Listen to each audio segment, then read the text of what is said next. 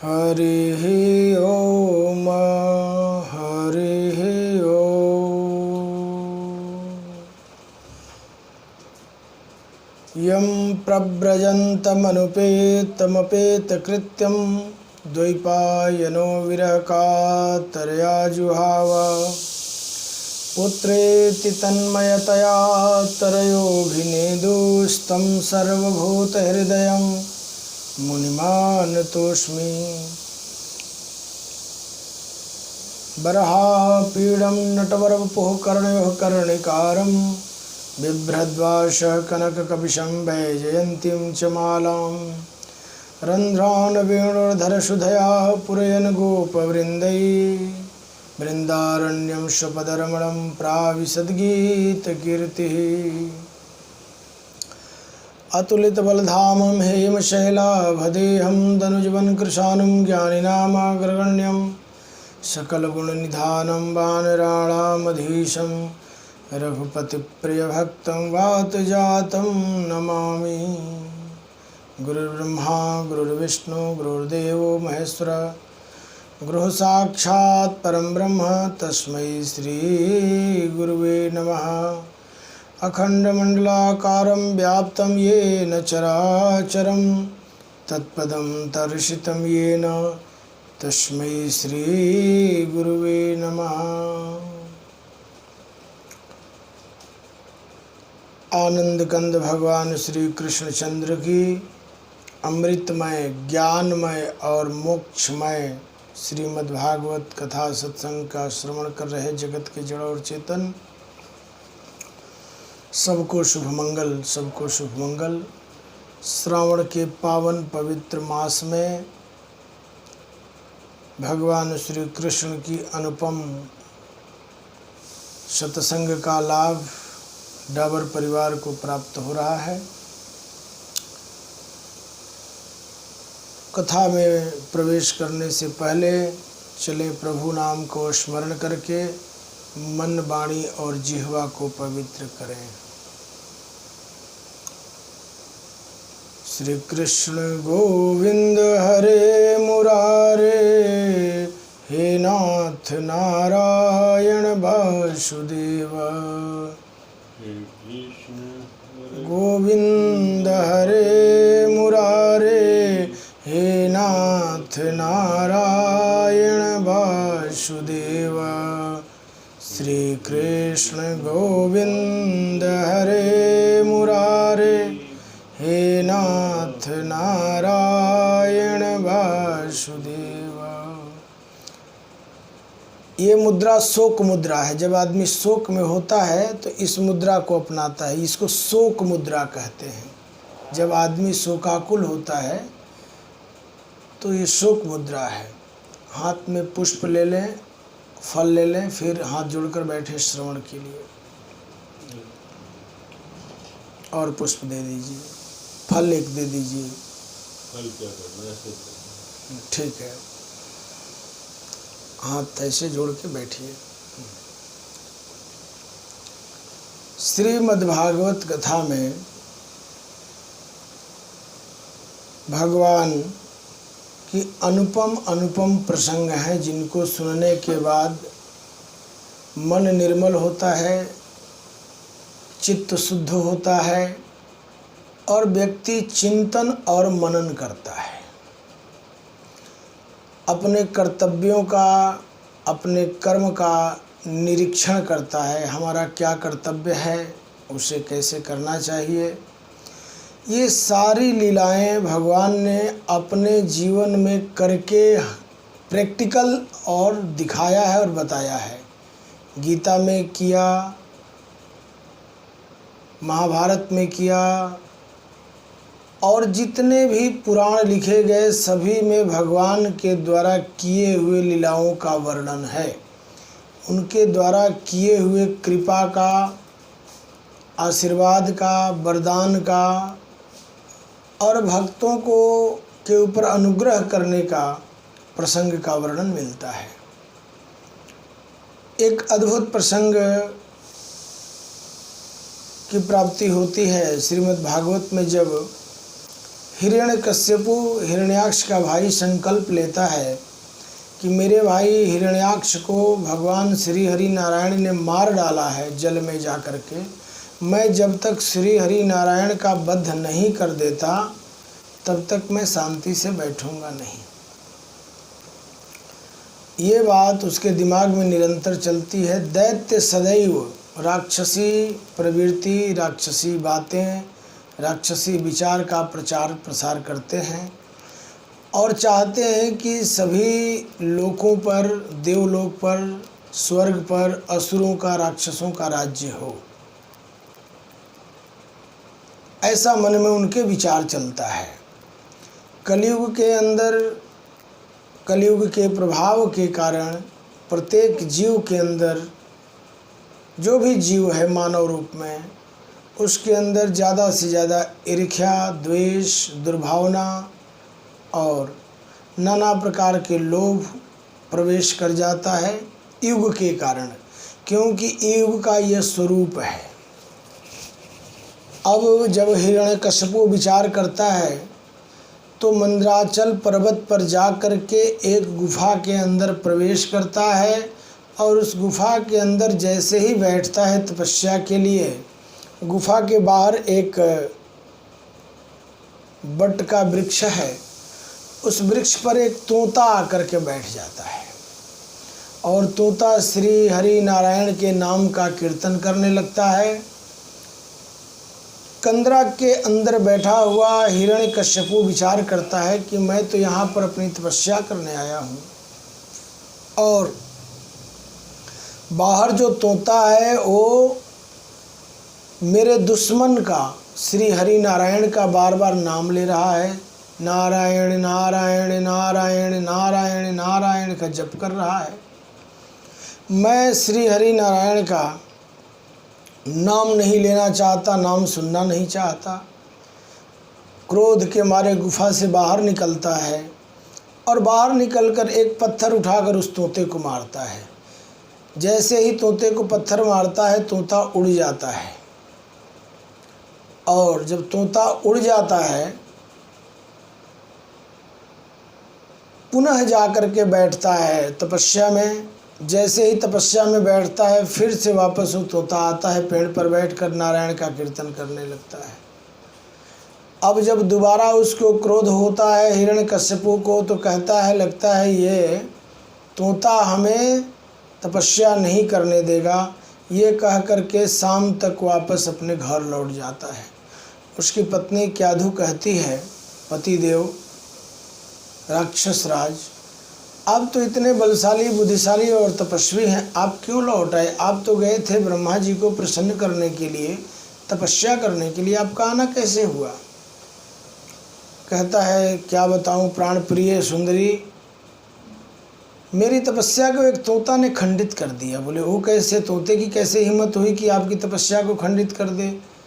उसने बताया कि जब मैं बैठा गुफा के अंदर, कंदरा के अंदर तपस्या के लिए, तो बाहर एक बट का वृक्ष था मंदराचल पर्वत पर, उस पर बैठा हुआ तोता नारायण का नाम का जप कर रहा था।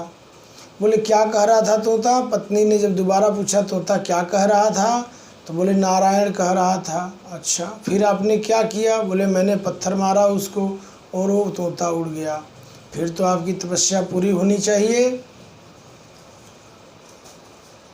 बोले कैसे होती? दोबारा जैसे मैं गया बैठा कंदरा के अंदर, दोबारा तोता आकर नारायण नारायण का नाम जप करने लगा और मुझे तपस्या छोड़ करके आनी पड़ी।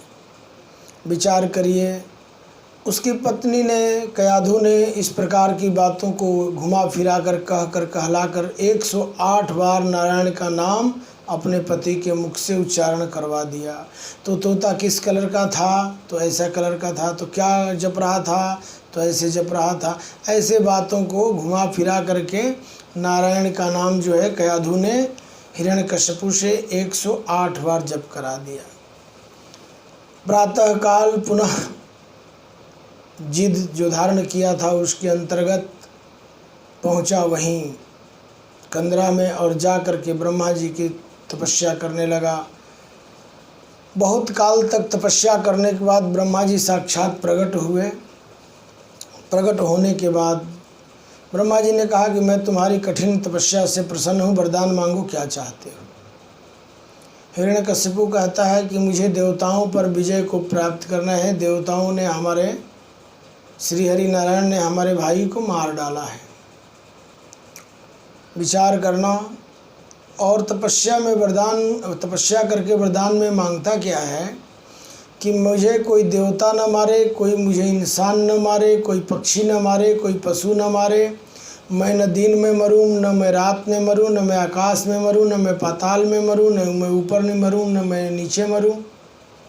अपनी मौत को जीतना चाहता है, अपने को सुरक्षित करना चाहता है। ब्रह्मा जी ने कहा देखो वत्स राक्षस राज, मेरी सृष्टि में जिस जीव ने जन्म लिया है उसको मृत्यु अवश्य आएगी, क्योंकि ये शरीर पंच भौतिक है और पंच महाभूतों में ये अंत में जा कर के विलीन हो जाता है, इसलिए ये जिद तुम मत करो। लेकिन हिरण्यकशिपु ने माना नहीं।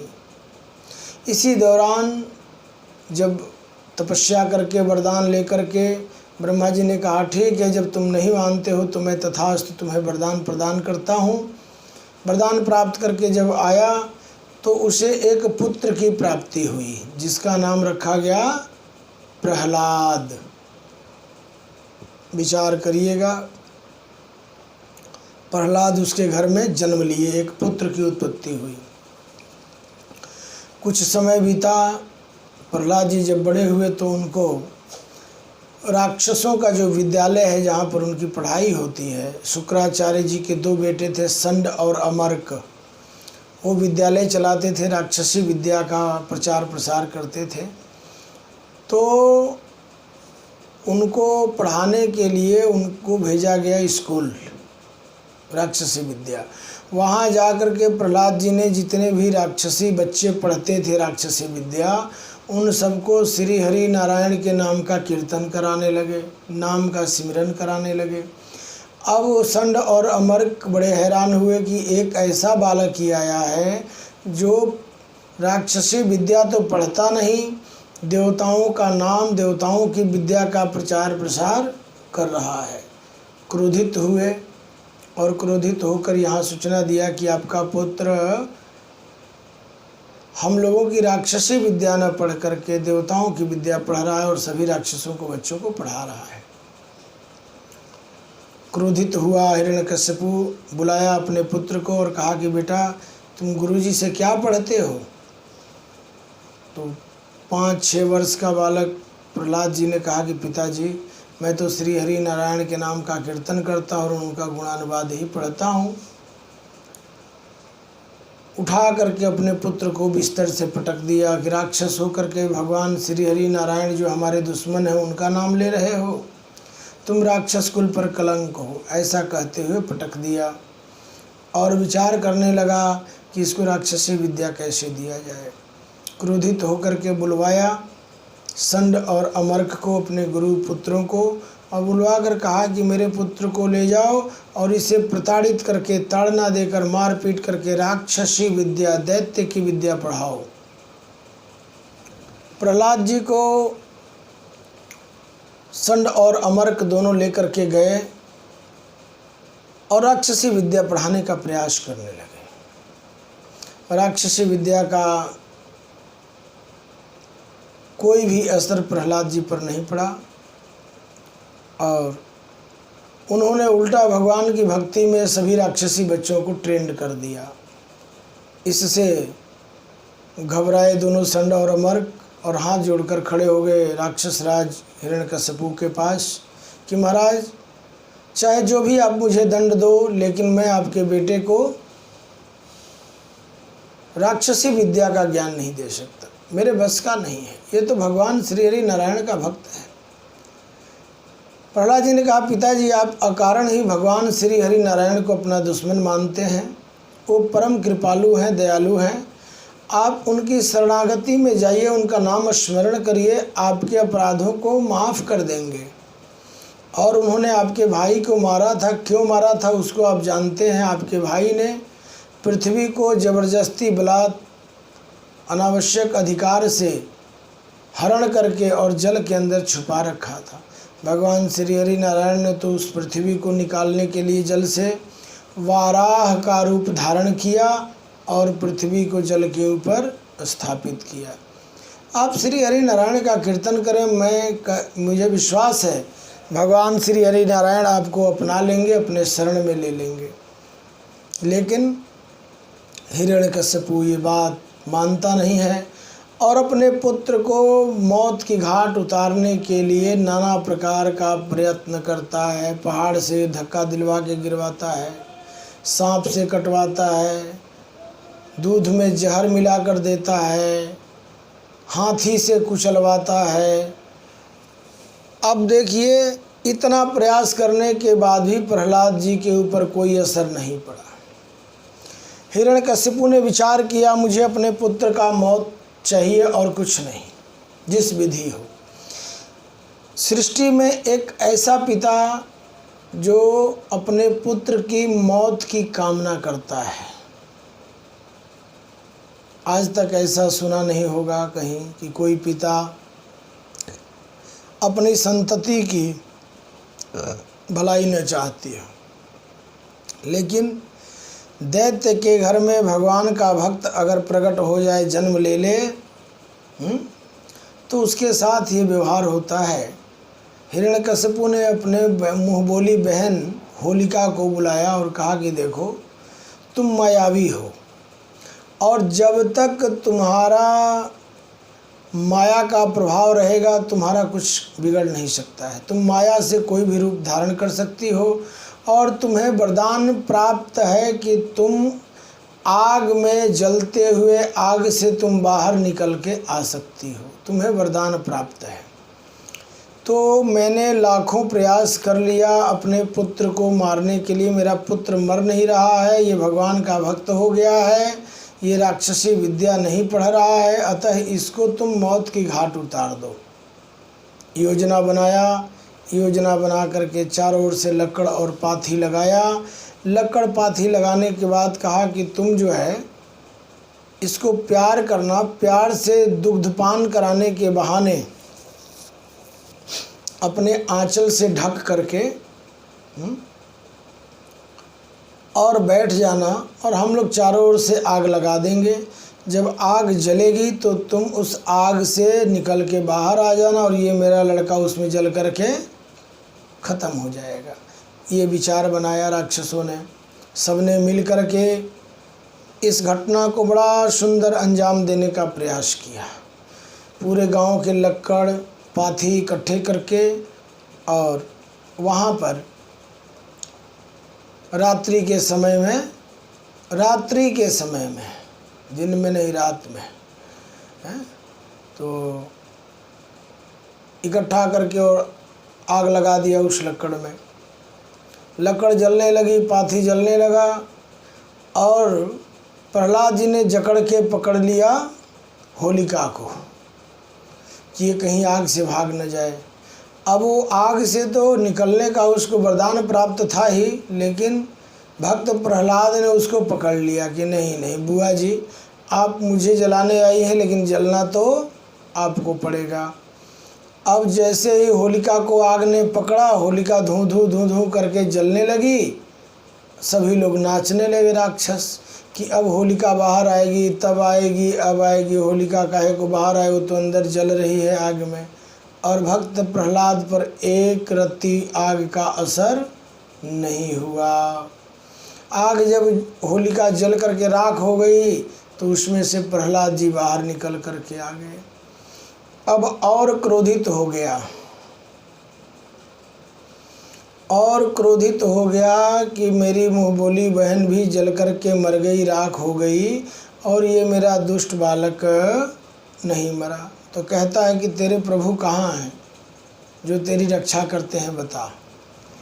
भक्त प्रहलाद एक अद्भुत बात कहता है, पिताजी आपकी आँखों में क्रोध है, अहंकार है, आपकी बुद्धिमती मारी गई है, आप जिद कर रहे हैं। जिद अपनी छोड़ दीजिए, इंसान बन जाइए, मानव बनिए। ये दैत्य बुद्धि का परित्याग करिए, हठ अपना छोड़ दीजिए। हठी स्वभाव विनाश को प्राप्त कराता है। आजकल लोग सब कुछ छोड़ देने के लिए तैयार हैं, जिद और हठ छोड़ने के लिए तैयार नहीं है। नतीजा क्या होता है आप सबको पता है। पिताजी आप जिद और हठ छोड़ दीजिए, बार बार प्रहलाद जी कहते हैं।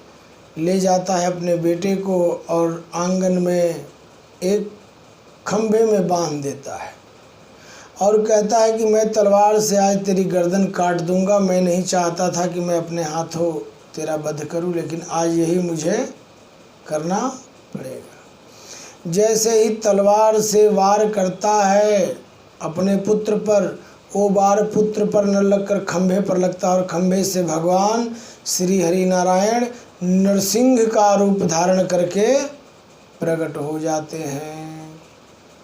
जब नरसिंह का रूप धारण करके भगवान प्रकट होते हैं तो एक अद्भुत बात देखिए।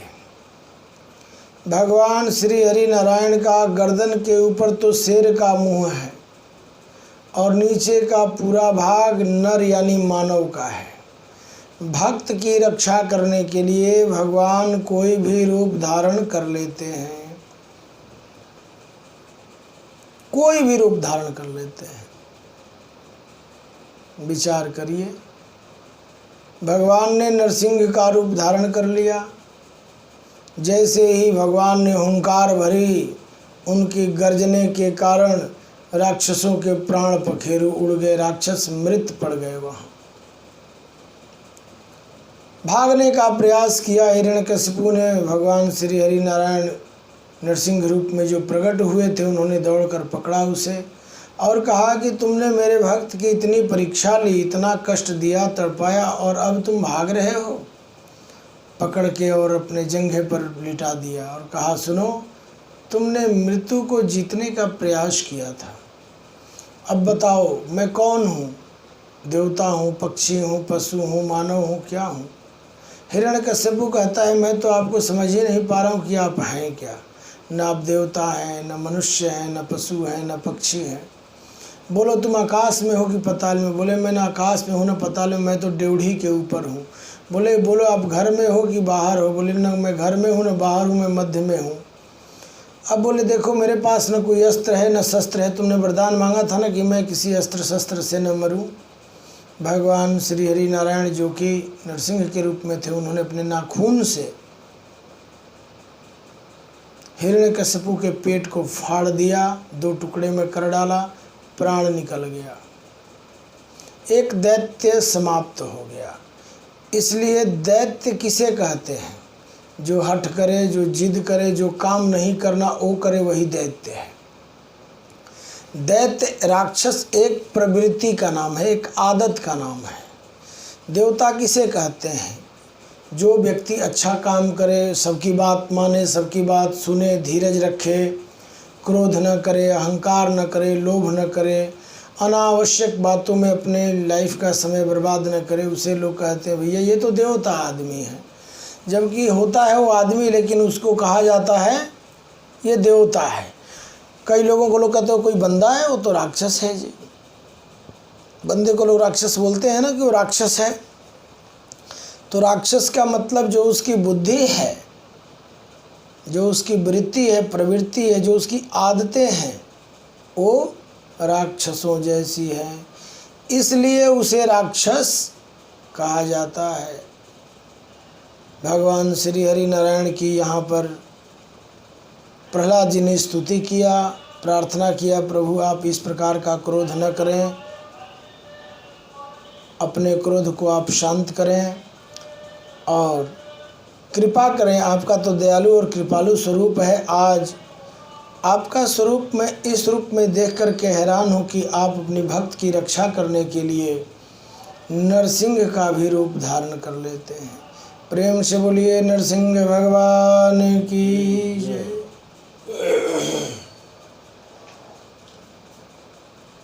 आज हमारी आवश्यकता की पूर्ति हो, तपस्या के द्वारा, जप तप के साधना के द्वारा भोग की प्राप्ति हो, इस उद्देश्य से लोग जब तब पूजा पाठ करते हैं।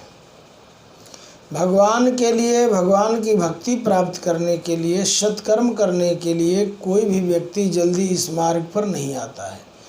आते हैं तो कुछ परसेंट विरले लोग जिनकी भगवान की कृपा, जिन पर भगवान की अनंत कृपा है, नहीं तो पहले पूरा अपना लाभ देखते हैं। मेरा मंदिर जाने से क्या लाभ होगा। मंदिर भी जाते हैं तो भगवान के पास बैठकर नाना प्रकार की फरमाइशें करते हैं। मेरा ब्याह करा दो, ब्याह हो गया तो बोले मुंडा हो जावे, मुंडा हो गया तो बोले इसकी नौकरी लग जावे, नौकरी लग गई तो मुंडे दा ब्याह हो जावे, मुंडा दा ब्याह हो गया तो पोता हो जावे। यानी एक न एक जो है काम भगवान से कामना करके व्यक्ति आराधना और साधना के पथ पर आगे बढ़ता है। अब विचार करें,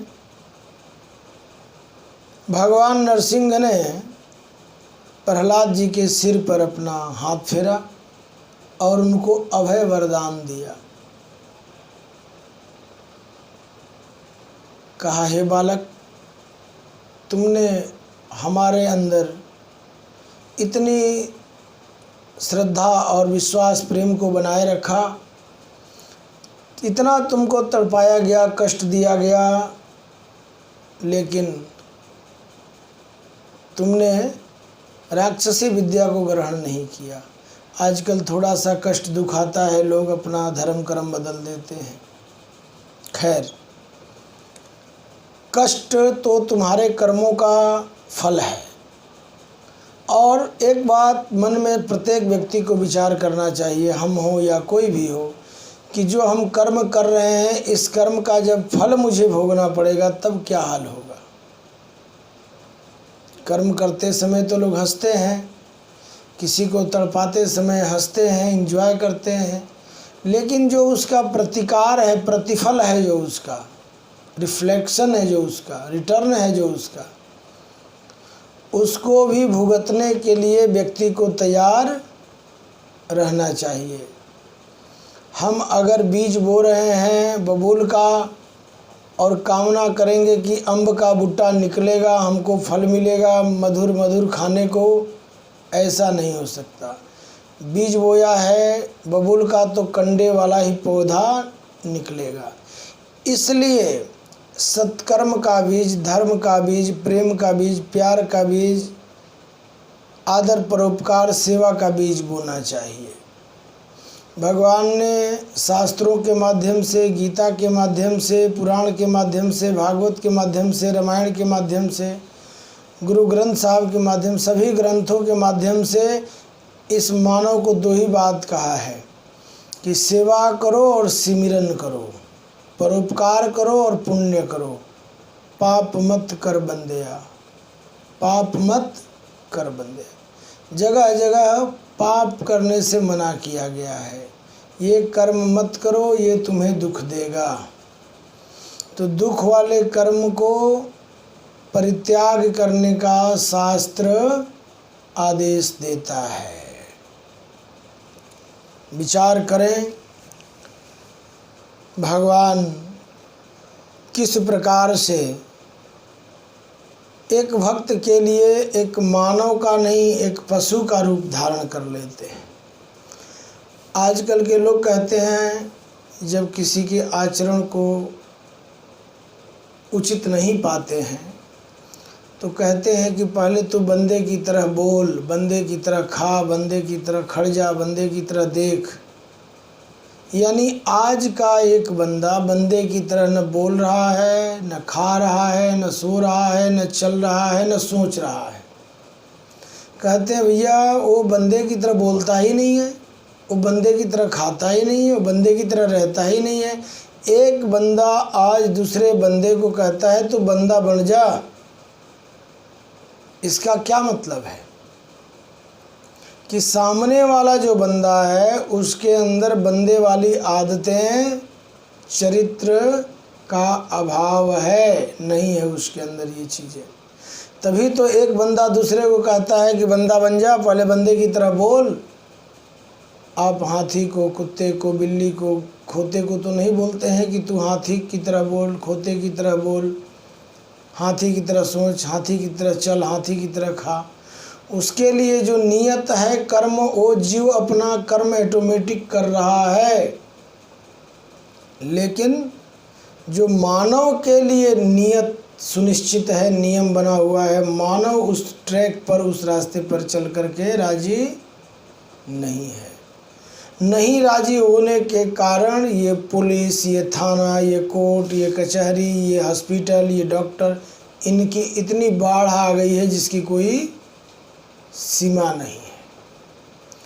अन्य जितनी भी योनियां हैं, पशु की, पक्षी की, कीट की, पतंग की, पेड़ की, पौधे की, घास की, बूटे की, इन योनियों में न कोई अदालतें हैं, न कोई जज है, न कोई पुलिस है, न कोई डॉक्टर का रोल है। कोई रोल है क्या? लेकिन अपने को बुद्धिमान कहने वाला इंसान नाना प्रकार के विवाद, झगड़ा, चोरी, बेईमानी, ठगी, ठोरी में पड़ने के कारण, गलत खाने पीने के कारण हॉस्पिटल, गलत काम करने के कारण कोर्ट कचहरी, पुलिस थाना में अपने जीवन का अमूल्य समय, अमूल्य पाठ, अमूल्य कमाई के पैसे बर्बाद करने पर तुला हुआ है। शरीर से भी जा रहा है और बुद्धि और विवेक से भी जा रहा है। इसीलिए इन ग्रंथों का प्रवचन सुनना जरूरी होता है कि हमारा मन शुद्ध हो, विचार शुद्ध हो, चरित्र शुद्ध हो और हम वो कर्म करें जिससे हमें किसी प्रकार का पछतावा न पड़े, हमें कोर्ट कचहरी का चक्कर न काटना पड़े, पुलिस थाना के डंडे न खाने पड़े, जज के आगे हाथ जोड़ के गिड़गिड़ाना न पड़े, हॉस्पिटल में जा कर के और नाना प्रकार के शारीरिक कष्ट न झेलना पड़े। हॉस्पिटल में प्रत्येक अंग में डॉक्टर मशीन लगा देते हैं, काटने पीटने की बात करते हैं, ये आपका बॉडी का पार्ट काटना पड़ेगा, ये चीरना पड़ेगा, ये ऑपरेट करना पड़ेगा। ये क्या है? कर्मों का फल ही तो है। जो खाना चाहिए वो नहीं खाया, जो नहीं खाना चाहिए खा लिया, इंजन खराब हो गया। तो आज जो गाड़ी पेट्रोल इंजन है उसमें आप डीजल डालोगे तो क्या होगा? खराब हो जाएगा इंजन। तो ये मनुष्य का जो शरीर है ये शुद्ध शाकाहारी है, फल फूल वाला है। अब इसमें लोग अनावश्यक चीज़ें दिन भर कूड़ा कबाड़ की तरह ला करके जंक फूड, फास्ट फूड, कबाड़ फूड, क्या कौन सा फूड खाते हैं।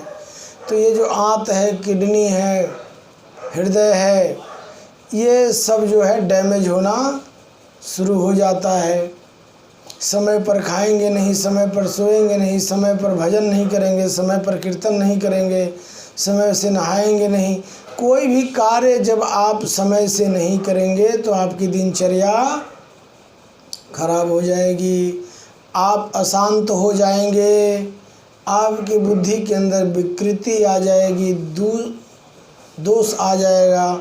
ये सारे दोषों को समाप्त करने के लिए, ये सारे दुर्गुणों को समाप्त करने के लिए श्रीमद् भागवत की कथा सुनने की आवश्यकता पड़ती है। हमारे जीवन के अंदर कोई किसी प्रकार की ऐसी बात न हो जिससे हमें कष्ट भोगना पड़े, दुख भोगना पड़े, विषाद भोगना पड़े। इसलिए श्रीमद् भागवत कथा की आवश्यकता पड़ती है, या रामायण की कथा, गीता की कथा, यानी किसी भी संत महापुरुषों की वाणी बार बार पढ़ना पड़ता है। अब जब देखिए अद्भुत प्रसंग में प्रवेश करने जा रहे हैं आप, ज्ञान वाला प्रसंग है, अद्भुत ज्ञान वाला। जब हिरण्यकश्यपु मारा गया, भगवान श्री हरि नारायण ने अवतार लिया नरसिंह का और उसको मार डाला, तो सभी देवताओं ने एक मीटिंग किया कि ये बार बार श्री हरि नारायण अवतार लेते हैं और राक्षसों का वध करते हैं। तो उन्होंने, देवताओं ने ऐसा किया है तो हम भी उनके साथ छल से मारेंगे, ऐसा विचार करके राक्षसों ने देवताओं पर आक्रमण कर दिया, जिसको आप सभी देवासुर संग्राम के नाम से जानते हैं, देवताओं और असुरों का संग्राम जो हुआ। देवासुर संग्राम में दोनों तरफ से देवता और दानवों ने एक दूसरे पर आक्रमण किया, दोनों का नुकसान हुआ।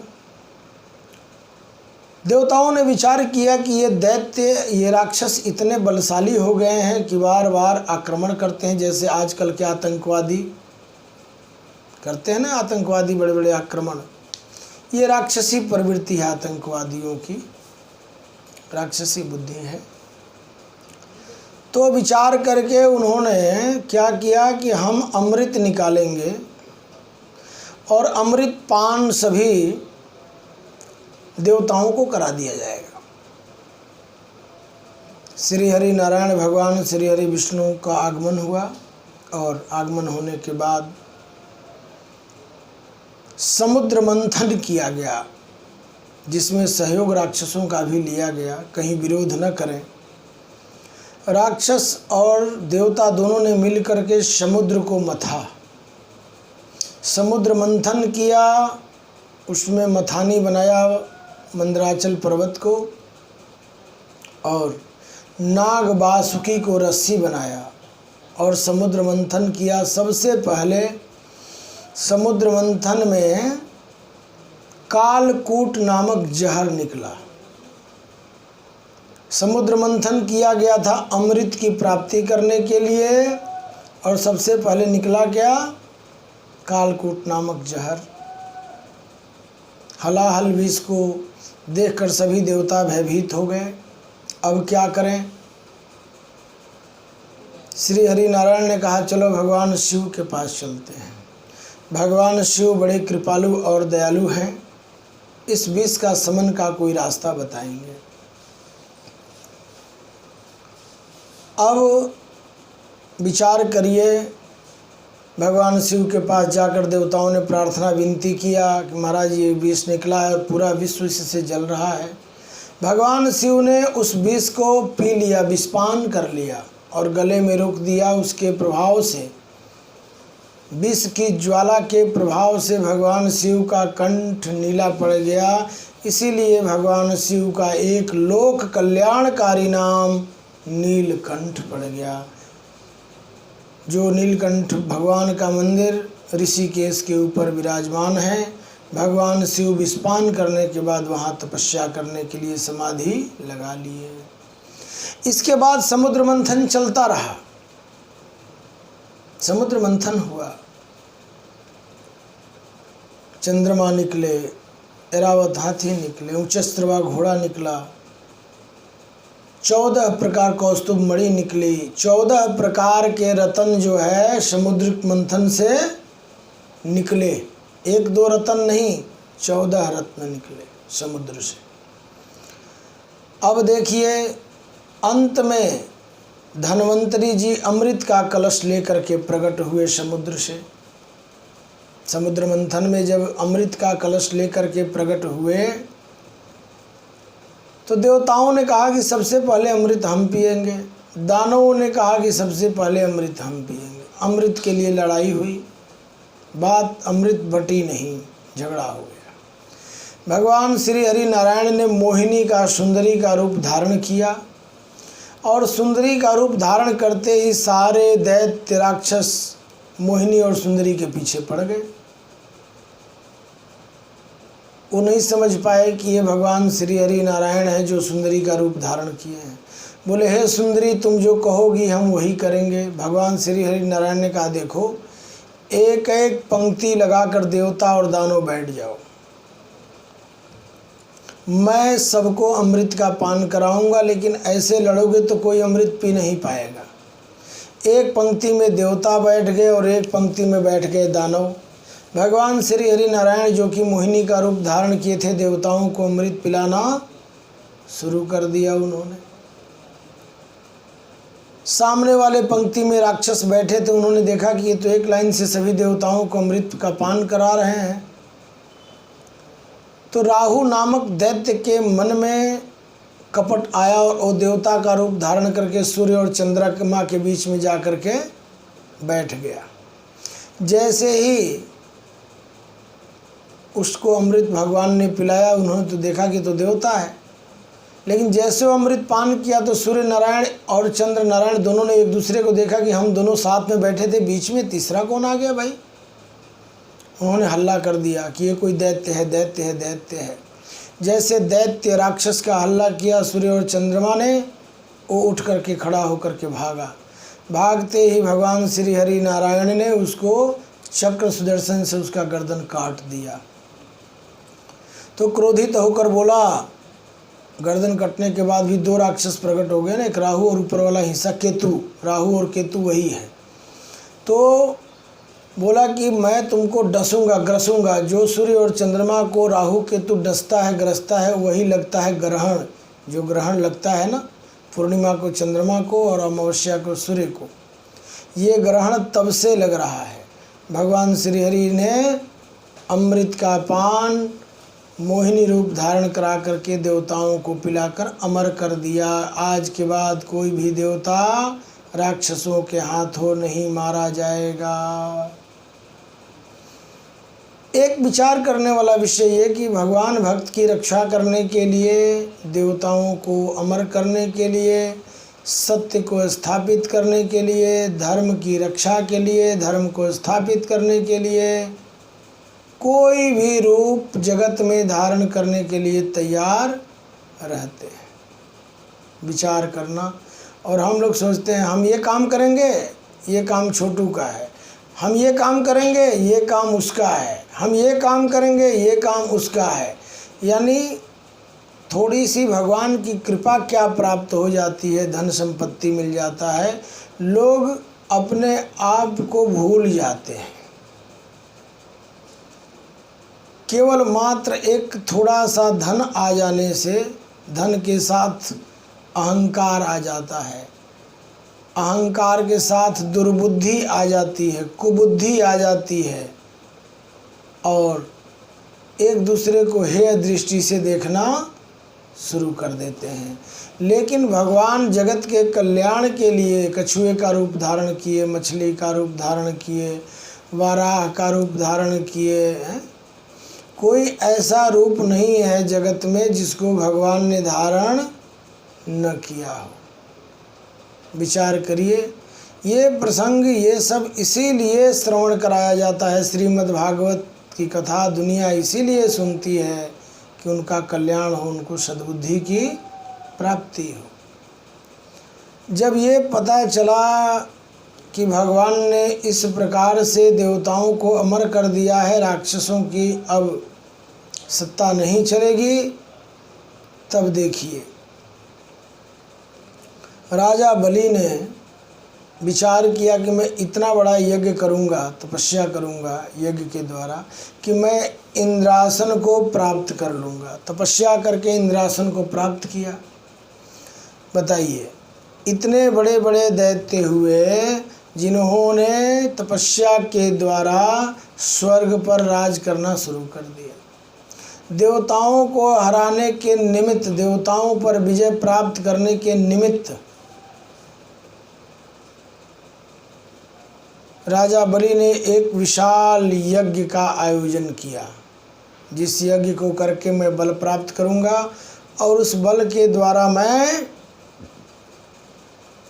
सभी देवताओं पर विजय को प्राप्त करूंगा। विचार करिए, पूजा करिए आप, पाठ करिए आप, अच्छी बात है, लेकिन उस पूजा का, उस पाठ का किसी के साथ, किसी को नुकसान देने के लिए, किसी के साथ ईर्ष्या द्वेष बढ़ाने के लिए मत करिए। यज्ञ करिए, खूब हवन करिए, बड़े बड़े अनुष्ठान करिए, तपस्या करिए, लेकिन उसमें जगत का कल्याण की कामना करिए, लोक मंगल की कामना करिए, अपने मंगल की कामना करिए। किसी के नुकसान का कामना करके कोई यज्ञ, कोई अनुष्ठान, कोई व्रत, कोई तीज, कोई त्यौहार नहीं करना चाहिए। बलि ने विशाल यज्ञ की रचना की। यज्ञ शुरुआत होने वाली थी, भगवान श्री हरि नारायण ने उसके उद्देश्य को जान लिया कि राजा बलि ये क्यों यज्ञ कर रहा है।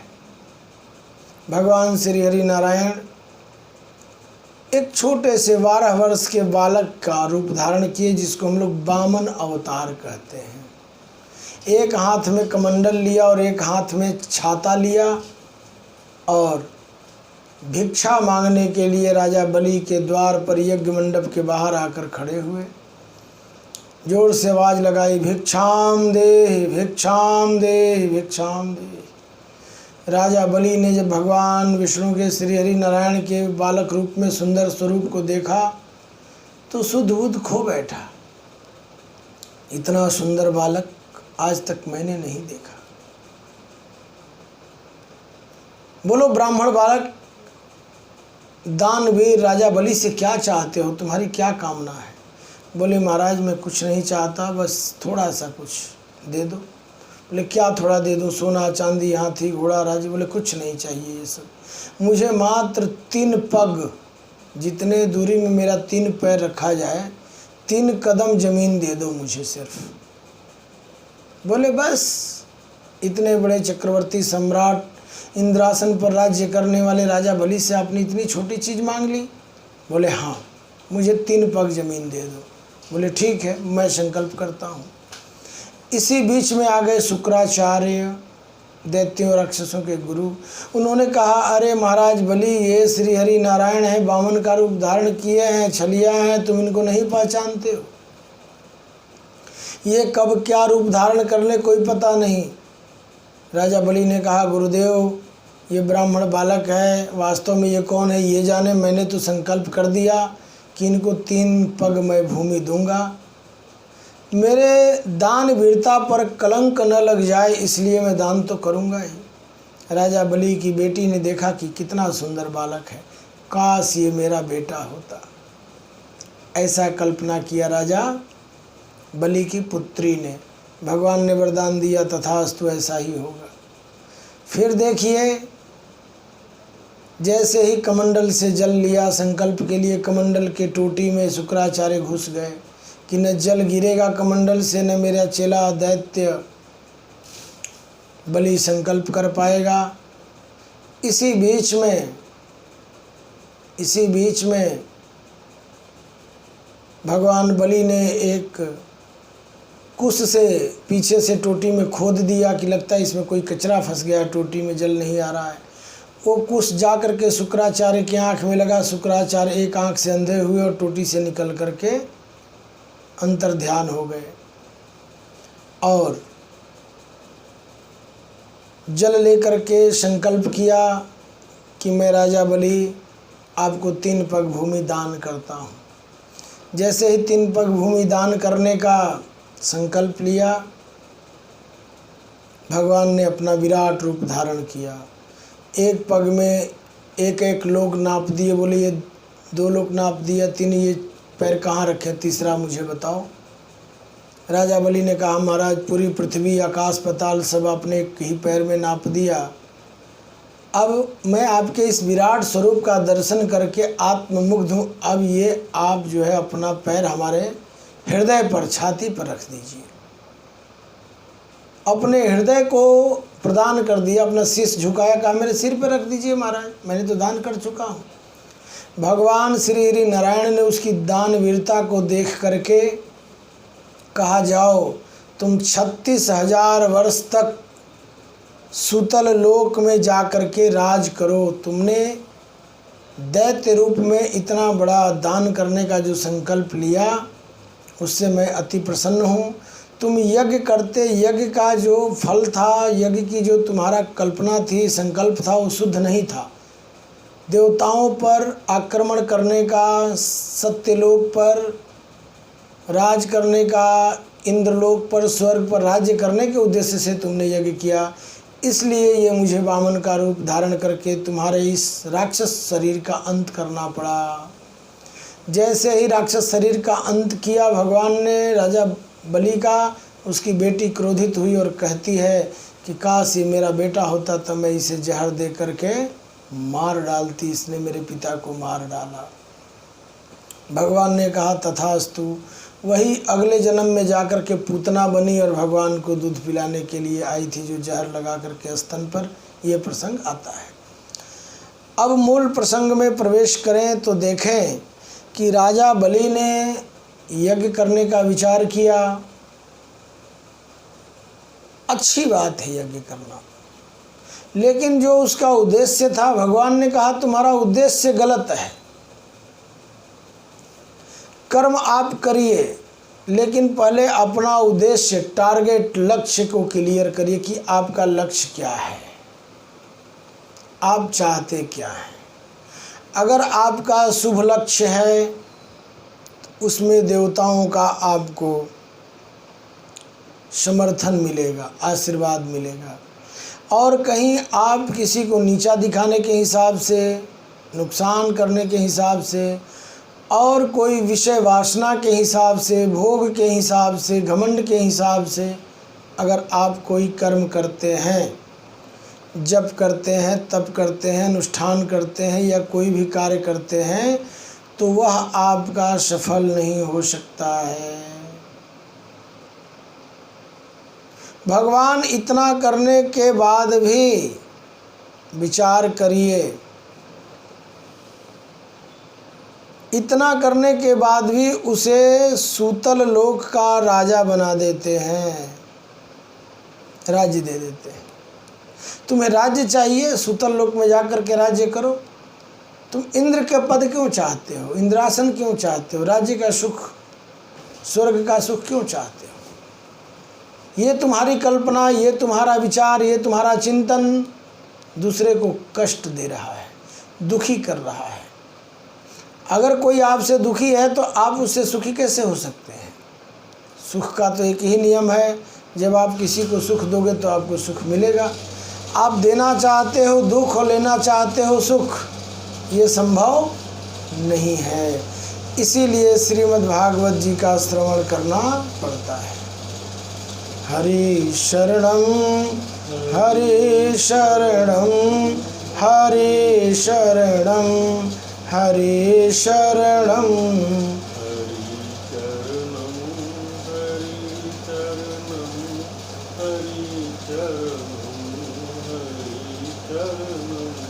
हरि शरणम हरि शरणम हरि शरणम हरि शरणम।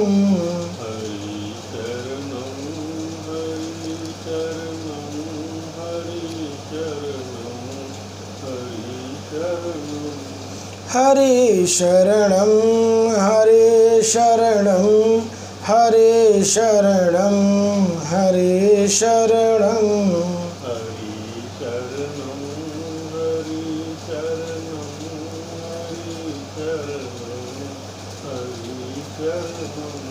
हरि शरणम हरि शरणम हरि शरणम हरि शरणम।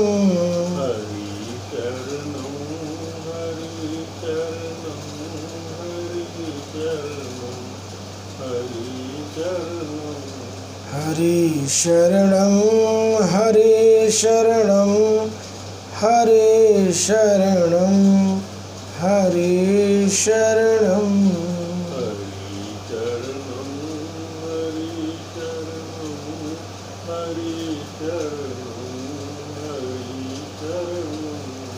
यहीं पर वाणी को विराम। अगले प्रसंग दूसरे सत्र में आप सभी को श्रवण करने का सौभाग्य प्राप्त होगा। हरिओम हरिओम हरिओम। हो गया? हो गया। रिकॉर्डिंग चल रही है, उसको बंद कर दीजिए। रिकॉर्डिंग